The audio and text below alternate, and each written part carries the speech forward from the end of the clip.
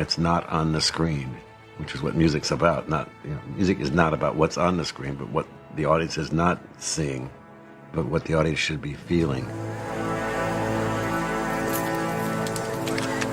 Well, I had written the ending of the music for the picture, which I thought went very well. Paul was very happy with it, except for the last 20 seconds of it.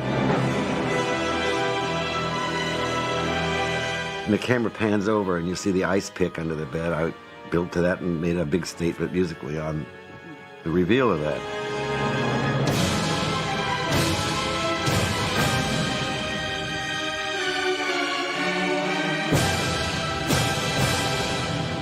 And Paul comes over and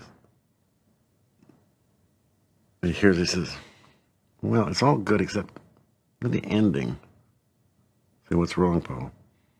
I think we should play the tragedy.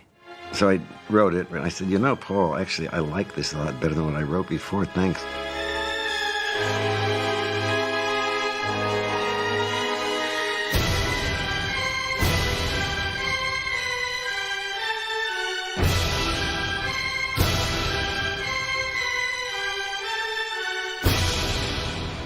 He was very happy with it. Later, when they were dubbing the picture, I get this phone call, dubbing stage, and I said, well, guess what? I said, I bet you went with the first one. He said, that's right. He said, that's right. We played them both, and then we took a vote on the stage, and everybody wanted to go with the first one. So where's this going? Everyone has their opinion about the end. I'm not sure anymore she did it. To this day, I'm not even certain if she was really the killer. I still don't even know if she's the murderer. You know what I mean? The last movement, the movement in bed with the ice pick, is the final revelation. And the way that it's done in Hitchcockian fashion, by simply focusing on it, is the language of cinema telling you this is the answer to the story. It was quite an argument, quite a fight to keep it that way. But I think that it's actually the best possible ending. San Francisco Police Department. I'd like to speak to Miss Catherine Trammell, please. We were doing our preparation in San Francisco. We had chosen locations, and we were told that Gay and Lesbian Societies up there had got hold of the script. The most important thing that we saw in the script was, once again, the same character sort of reanimated. The homicidal, evil lesbian. And that it featured, as the protagonist, the main character, a bisexual woman who killed men with an ice pick. It continued a long line of lesbian psychotics in film. Their interpretation and our interpretation of the script was totally different. We were making what we considered a psychological thriller. It seemed to me that it was a wonderful vector for making very clear our political needs. They really felt, perhaps because of some other movies, that this was the excellent target.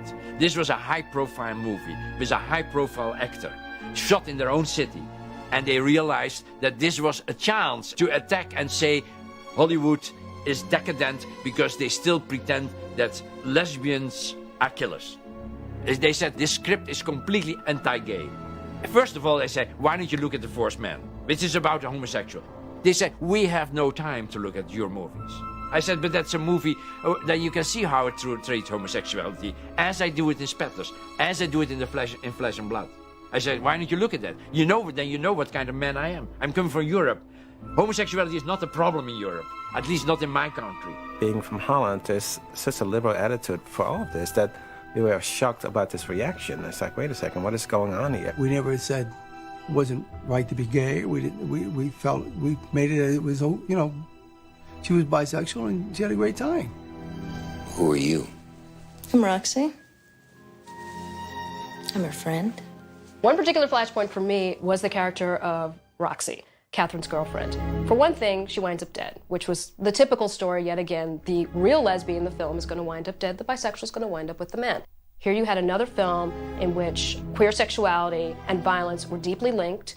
They were coming to what they knew was a town with a reputation for having an open gay community to use as the backdrop and the color for this film. And we tried to diffuse the situation by having a meeting. All the representatives and the representative of the city council and anybody that basically had anything to do with gay or something like that was there on the table. We offered effectively a critique of the film and asked them to incorporate changes on things that we found particularly offensive. They had many faults with the dialogue. If you don't leave her alone, I'll kill you. Anything that they interpreted as being anti-gay or anti-lesbian, they felt that we should change the dialogue. Let me ask you something, Rocky. Man to man. I was embarrassed. It was the only time I've been with a woman. They wanted me to change the characters completely. They wanted to change the parts. That basically, that the man should be the killer and the woman should be the detective. And then when we started to present